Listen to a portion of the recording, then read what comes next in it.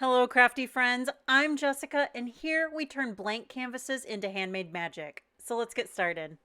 Welcome to the second video I'm creating using the Simon Says Stamp 2026 card kit.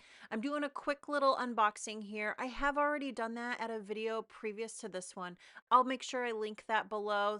It goes a little bit slower during the unboxing so you can kind of see.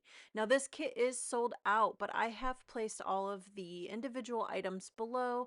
Please note that some of these items are in pre-order, and so that means that you just need to order them, but they won't ship until they are back in stock.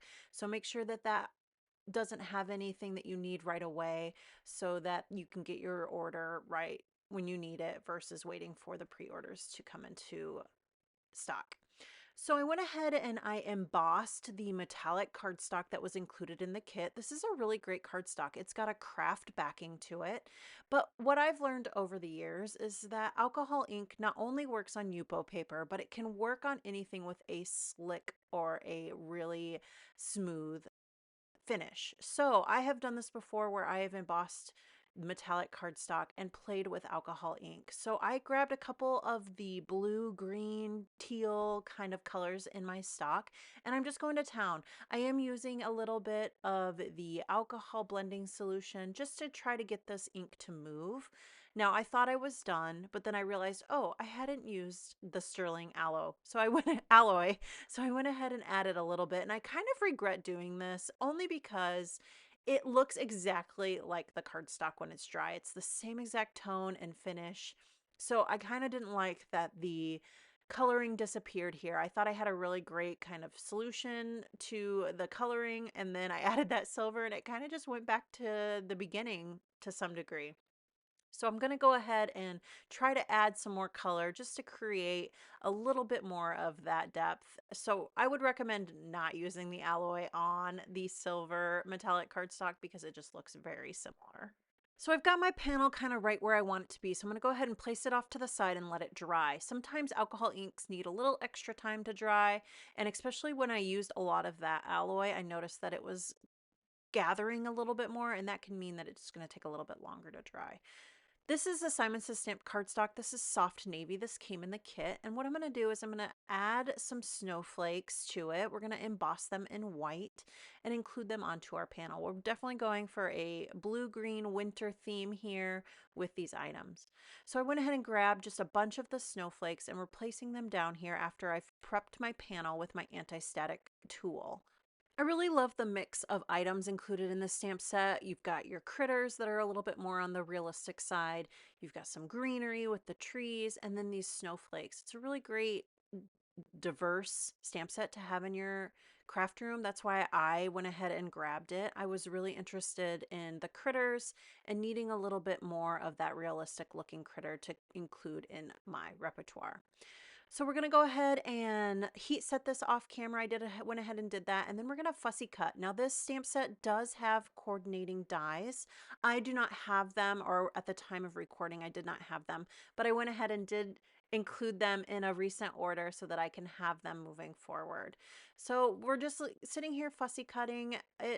I like fussy cutting, but the trick with fussy cutting is just to know that you need to move your paper, you don't move your scissors. It's a little bit more hand fatigue if you're going to continue to move your hand, and it creates a little bit less of a accuracy when you move your scissors versus moving your paper.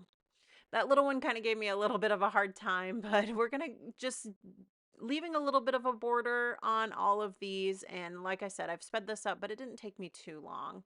But if you're a die cut girl or guy, you definitely want to add these to your list. Now that our panels had extra time to dry, we can go ahead and start building the card. So I'm going to put away my stamp sets here, and then we're going to work on the sentiment. Now the sentiment I went for was grateful for you and every season. I thought that was a great one to have on this card because it doesn't limit it to being a holiday card, but more of a winter themed card. And as it's currently winter in Michigan, and it will be for some time, I thought that was a nice one to add to my collection.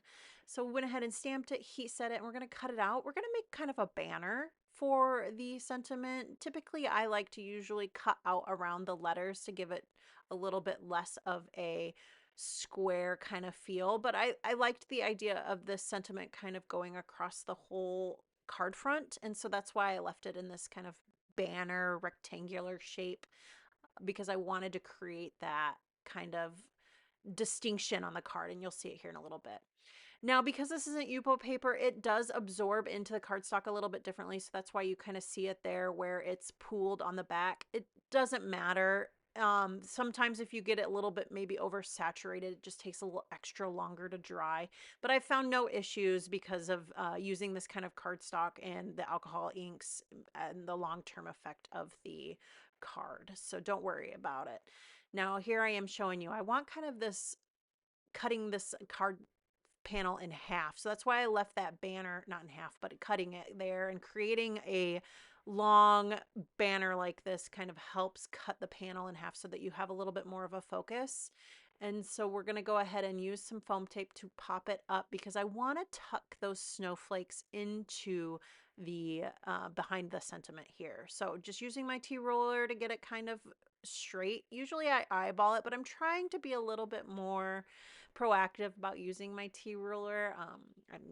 My eyes are getting a little bit older here, and so every little bit helps when you're trying to get things straight. And so I'm trying to break that mentality that I have where I can eyeball things and just try to rely on the tools that I have here at my space. So we're loosely putting these down, and then I'm going to go ahead and use the liquid glue to adhere them. I can't remember if I use foam tape, but we'll see here in a little bit.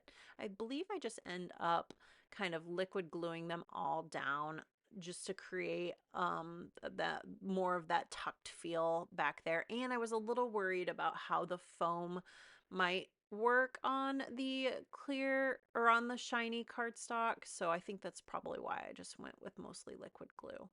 But we're going to use one of my most used tools here, for not the reason that they're made for, is the acrylic blocks. I love using these to create pressure on die cuts to ensure that they are adhered appropriately. Very rarely do I actually use them for stamping.